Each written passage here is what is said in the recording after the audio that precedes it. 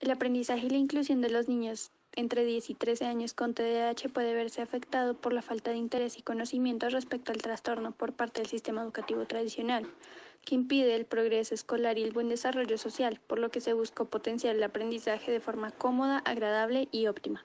Como situación vital conceptual se planteó, un grupo de monografía de 11 necesita caracterizar el TDAH para identificar los comportamientos en los niños de 10 a 13 años. Como propósito de lectura se estableció identificar comportamientos en el desarrollo del aprendizaje con la finalidad de establecer particularidades propias de los niños con TDAH. El TDAH es un tipo de trastorno de neurodesarrollo causado por factores congénitos como marcadores en los cromosomas, bajo peso al nacer y factores ambientales como nacimiento prematuro, consumo de heroína y cocaína durante el embarazo, exposición al plomo o zinc y traumatismos craneoencefálicos del sistema nervioso. Se caracteriza por presentar síntomas como agresión, excitabilidad, falta de autocontrol, hiperactividad, impulsividad, irritabilidad, moverse nerviosamente y repetición persistente de palabras o acciones, los cuales pueden ser tratados por grupos de apoyo, terapia cognitivo-conductual, medicamentos estimulantes, neurochoques y sistema de estimulación externa del nervio trigémino de Monod. Para entender el concepto de TDAH, se debe tener en cuenta que el trastorno del neurodesarrollo es causado por factores congénitos prenatales, perinatales y postnatales. Además, se caracteriza por desarrollar síntomas como déficits en las relaciones sociales, falta de comunicación, flexibilidad cognitiva y déficits de atención. Se puede tratar por medio de terapias farmacológicas, apoyo psicosocial y rehabilitación neuropsicológica. Otros trastornos que pertenecen a los trastornos del neurodesarrollo son el trastorno del espectro autista, que es provocado por los genes y el medio ambiente, lo que genera síntomas como la dificultad en la interacción social, falta de reacción a órdenes o su nombre, falta de expresión facial y comportamientos repetitivos, que generalmente son tratados por medio de la musicoterapia, terapia con vitaminas, fisioterapia, programas conductuales, programas de educación y comportamiento. Ese otro, el trastorno de comunicación es causado por afectaciones biológicas como anomalías en el desarrollo del cerebro, ambientales como la exposición a toxinas y problemas genéticos, caracterizándose por presentar vocabulario limitado, dificultad para comprender órdenes o nombrar objetos, y es tratado por medio de terapias y rehabilitación de habla y lenguaje. Y yo también. Los trastornos motores surgen a partir de factores genéticos, infecciones, uso de medicinas, distrofia muscular, parálisis y derrames cerebrales. Se manifiestan a través de tics oculares, muecas faciales, contracciones musculares y torpeza motora. Por lo tanto, se aplican terapias conductuales, fármacos y fisioterapia. Ahora que lo pienso, el trastorno de aprendizaje es generado por daños en el desarrollo prenatal e incidentes en el parto o después del nacimiento, afectación en el sistema nervioso y daños químicos en el cerebro. Presenta síntomas como dificultad de lectura al comprender textos de razonamiento inexacto o matemático y dificultades de escritura, de modo que suele ser tratado por medio de la enseñanza multimodal, psicoterapia y medicamentos. Yo quiero decir una última. La discapacidad intelectual se da por factores genéticos, infecciones presentadas al nacer, anomalías cromosómicas, problemas metabólicos y mala nutrición, lo que en consecuencia genera síntomas como la dificultad para aprender, retraso en habilidades motoras, dificultad para acatar normas sociales y mala conducta reiterativa. Esto se trata por medio de terapia de comportamiento, cuidado personal, terapias sensoriales y zooterapia. Pero yo tengo algo mejor, la clasificación del TDAH según la intensidad de sus síntomas. Inatención, causado por afectaciones en el lóbulo frontal y límbico. Sus síntomas más frecuentes son la dificultad para entender tareas o actividades, falta de atención al detalle y mala memoria. Esto puede ser tratado por terapias psicológicas, terapias conductuales y medicamentos.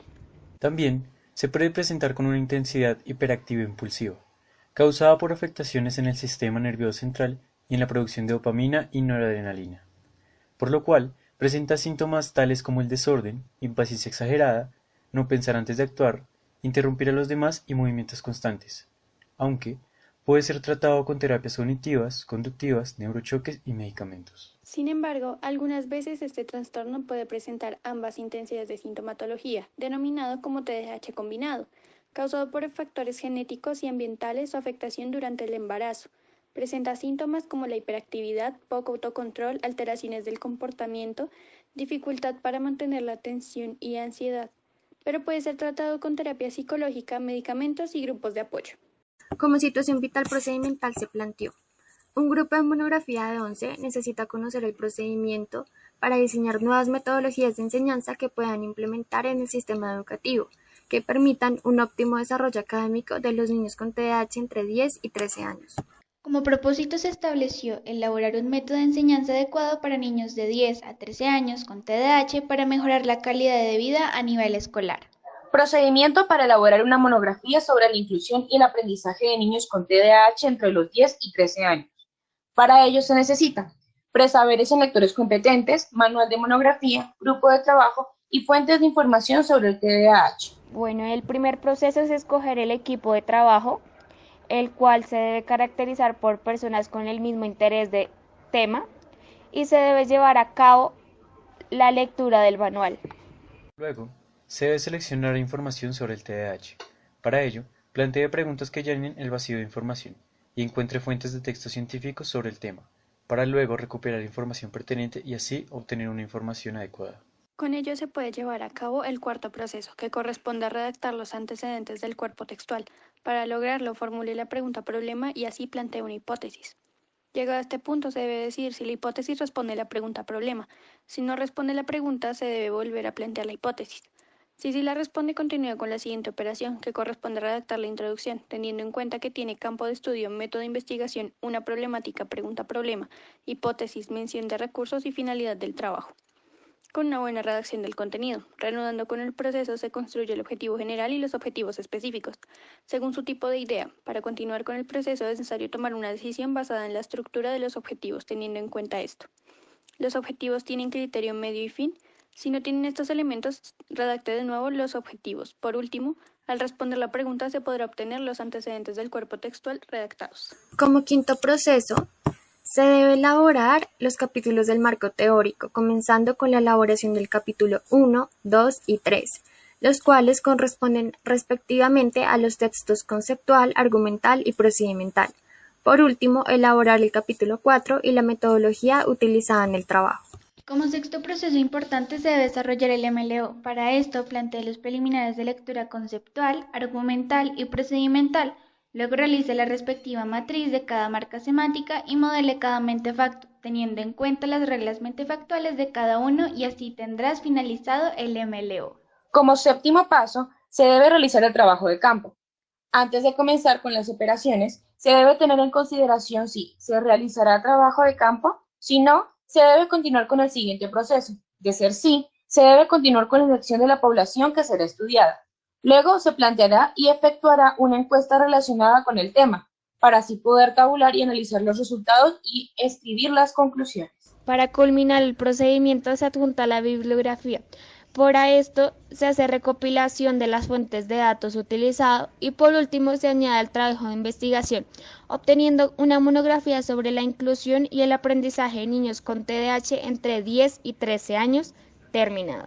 Como situación vital argumental se planteó: un grupo de monografía de 11 necesita demostrar que el sistema educativo tradicional no está enfocado para corregir y apoyar el comportamiento de los niños entre los 10 y 13 años con TDAH. De igual manera, el propósito de lectura argumental establece demostrar mediante hechos los distintos índices del TDAH en edades de 10 a 13 años con el fin de identificar las razones del comportamiento académico en niños con dicho trastorno.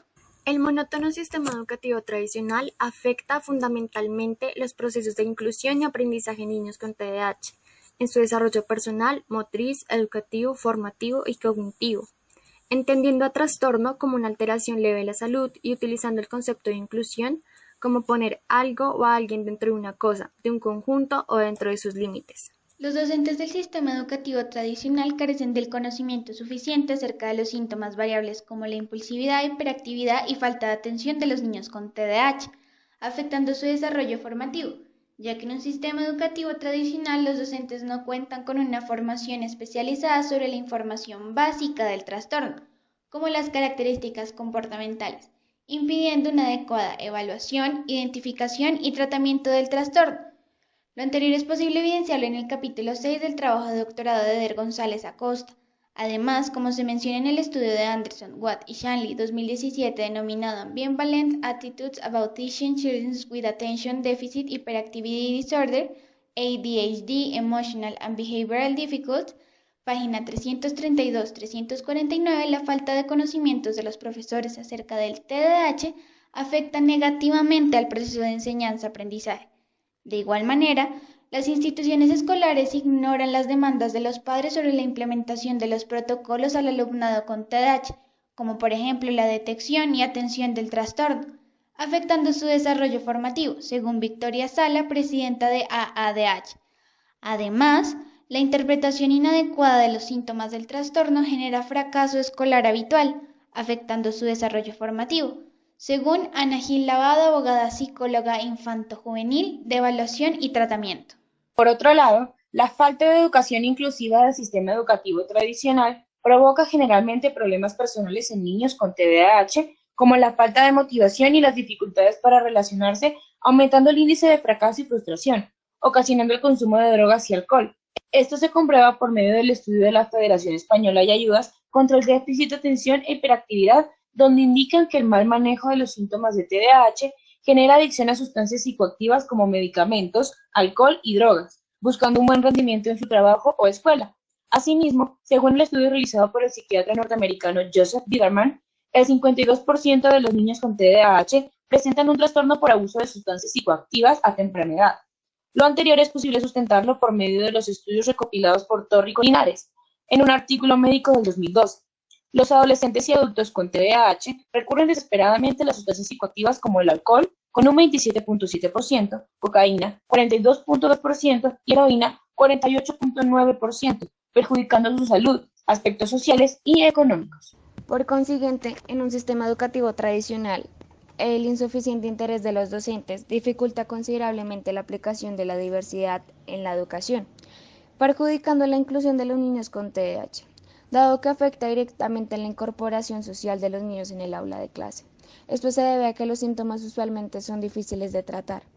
Los maestros tienden a mostrar menos atención y elogio a los niños con TDAH. Esto es posible afirmarlo por medio de la investigación de Goodbrophy Education Psychology, denominada O'Reilly Approach 2 ed. Nueva York, Holt, Reinhardt y Winston, de 1980.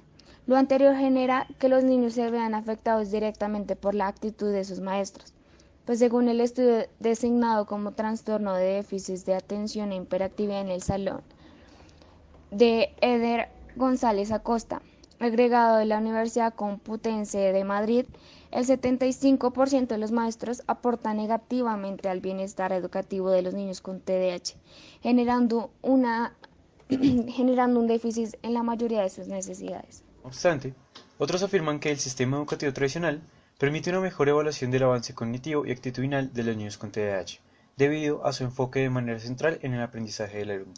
Si el monótono sistema educativo tradicional afecta fundamentalmente los procesos de inclusión y aprendizaje en niños con TDAH en su desarrollo personal, motriz, educativo, formativo y cognitivo, entonces las instituciones con un método de enseñanza tradicional carecen de metodologías didácticas, impidiendo el óptimo desarrollo académico y social de los niños con TDAH. Para ello, el grupo de monografía diseñará manuales didácticos con información relevante del trastorno en niños, generando una mejoría en el desarrollo académico y social de la institución. The practical product is an instructive and informative manual about ADHD that serves to provide the teachers with information and dynamics. This manual contains modules about symptoms, treatment through dynamic alternatives for the class that favor both children with ADHD and other children present, without affecting the usual classes of the traditional system. Likewise, the importance of developing correctly the guidelines will be mentioned, as well as the consequences of not following them properly. Finally, empirical cases will be provided to guide the teachers in certain situations. A partir de los factores influyentes como lo son síntomas, el trato hacia los estudiantes y la forma de enseñanza que afectan el desarrollo de los niños con TDAH, fue posible diseñar sugerencias de apoyo en el aula adaptables a una educación inclusiva para potenciar las habilidades cognitivas y académicas de todos los estudiantes. Se presenta mayor claridad acerca de las causas, síntomas, además de los tratamientos del TDAH, al igual que los términos semejantes pertenecientes a los trastornos de neurodesarrollo, y asimismo se logró distinguir según su grado de sintomatología la clasificación del TDAH, a partir de un análisis que se realizó a diferentes lecturas que caracterizan el trastorno. Fue posible demostrar que las instituciones educativas tradicionales carecen del conocimiento necesario y de la metodología didáctica para este trastorno, impidiendo el óptimo desarrollo académico y social de los niños con TDAH, puesto que estos niños necesitan una mayor atención y un trato personalizado, ya que este trastorno es variable en cada paciente, para mantener controlado ya sea desde la hiperactividad hasta la falta de atención. Se pudieron determinar estrategias educativas apropiadas para la ayuda de los docentes sobre los aspectos cognitivos y académicos que se encuentran en un manual con información, sugerencias y recomendaciones, tales como los recursos tecnológicos, actividades y alternativas dinámicas, que permitan generar beneficios para los niños con TDAH. Es posible por medio del modelo lector óptimo determinar y clarificar conceptos y problemáticas básicas que se presentan en el proceso educativo de los niños con TDAH, gracias al uso metódico de los operadores y macrooperadores que permitieron el planteamiento de los preliminares de lectura, dando paso a la adecuada modelación de mentefactos y finalmente proponer una alternativa que diera paso a un adecuado método de enseñanza para los niños con TDAH. Gracias a Dios por todas las puertas que nos ha abierto en el transcurso de este trabajo, pero aún más por todas las que cerró para protegernos y por darnos la fuerza e impulso para culminar este proyecto. Asimismo, al Liceo Gran Virrey, ya que nos permitió realizar el trabajo de campo y sensibilizarnos ante este trastorno, y a quienes nos orientaron durante este proceso: Carmen Elisa Falla, Jorge Campo, María del Pilar Salazar, Feliz Anciso y Alberto Montero. De igual manera, un reconocimiento especial a los niños de los grados sexto, que con sus respuestas nos dieron un gran aporte a nuestro proyecto. Presentó Alison Valeria Guzmán Porras, Álvaro Andrés Nazayo Enciso, Carol Daniela Guerra Pérez, Estefanía Santos Lozada, Laura Alejandra Bulla Quintero y Paulina López Miranda.